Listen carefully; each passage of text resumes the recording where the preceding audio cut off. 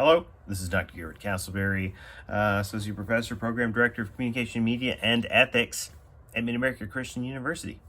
I'm here to talk to you all about our upcoming infographic project, INCOM 2143, Digital Media Literacy. Part of our overarching goal in the communication major is to help students develop a professional portfolio of projects that demonstrate a wide range of capabilities as a professional communicator, as a content creator. And we're excited to help you all accumulate various projects, many of them written, but many of them demonstrating alternative skills that involve communication. And this infographic project is but one in a line of steady concepts we want you to gain familiarity with, some exposure, experience, repetition, and hopefully mastery. And so that is the idea behind why it's important and it holds great value for you. Now, an infographic might be a familiar term, it's just not something we're familiar with putting together. And so covering both of those angles, this quick video is to talk to us about the wide range of options. I get it. It is common for students to feel maybe overwhelmed with the abundance of choice. Where do I begin? The student asks themselves. I need more, focus or structure. And to that I would reply, the focus is on an infographic itself. I've got secondary laptop pulled up here. I've just Googled infographic, and I want to just showcase how there are so many different approaches for something like an infographic that we're going to put together, okay? And an infographic uses a combination of visual but also linguistic information. And so what are you doing ultimately? You're using graphics to tell a story. And oftentimes one of the ways that infographics play a role today with digital journalists or perhaps even in private corporate culture is they simplify what can be very complex information that could take pages and pages of written text to explain. And it's broken all down into easy to interpret, but also aesthetically pleasing visual signs and symbols.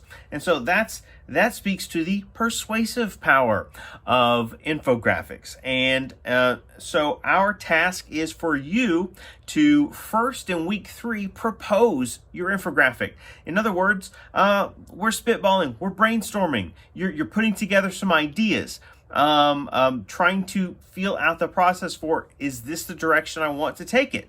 And you'll submit that proposal in the D2L Dropbox, of course, and gives instructor time to provide feedback that can help steer your ultimate direction. If assuming we need careful guidance with that project. The great thing about it, despite being in an accelerated course, is that the infographic is not due in week 4. It's due at the end of week 5, at the end of the course. And so it gives you more time. We have that gap week in between where we do have another assignment, but we have that gap week in between where we can continue to process, put together, compile information. I want to tell you about 2 quick sites where you can locate free templates to help aid your infographic production schedule, okay? So the first one that I've dabbled in, I've used, and our students have been successful with in the past is canva.com. You can create a login account just like we do with virtually every website. In fact, if it's a website, it is virtual, but just like we do with so many websites, create a simple login account and you're going to get access to a lot of free templates. Now, you could actually pay for upgraded access to many other variations. I recall a student or two doing this in the past, and they were quite pleased with what they got, but that's not a requirement, all right? But let's remember, ultimately what this is this is your investment. This is you investing in yourself for whatever quality you're seeking with a project like this or your ultimate degree path. And so Canva.com can provide a lot of rich templates for us to use and utilize. But I want to mention another one that I have familiarity with as well, Infogram. All right, so Infogram has some, again, login based website where you can create maps, slides, reports, infographics by name, which is just like a narrower variation of what you have. Sometimes these other items that I've just listed, they can, any combination of them can take place within an infographic, and so you want to put that information together, and ultimately you're telling a story visually, but with certain types of signposts that are linguistic, right? Numbers and figures and stats. Now, if we're being excellent communicators, then if we're taking figures, if we're borrowing statistics to help tell a story, those statistics come from somewhere.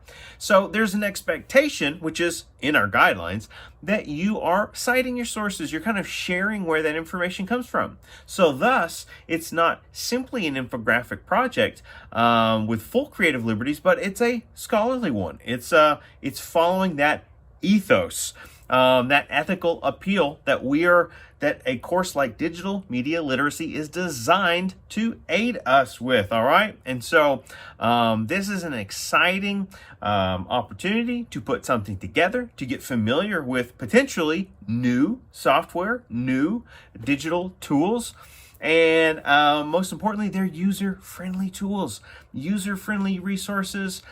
We just need to kind of connect that with our creative ideas. And you don't have to be a creative to have great ideas and to execute them well, which is one of the key revelations or takeaways that an assignment like this offers us. Okay? That is a quick summary of our digital media literacy two-part videographic, infographic assignment that will play a role for comm students, for comm majors anyway, in their digital media portfolio. And we're happy to house this project within our digital media literacy class. Thank you for listening.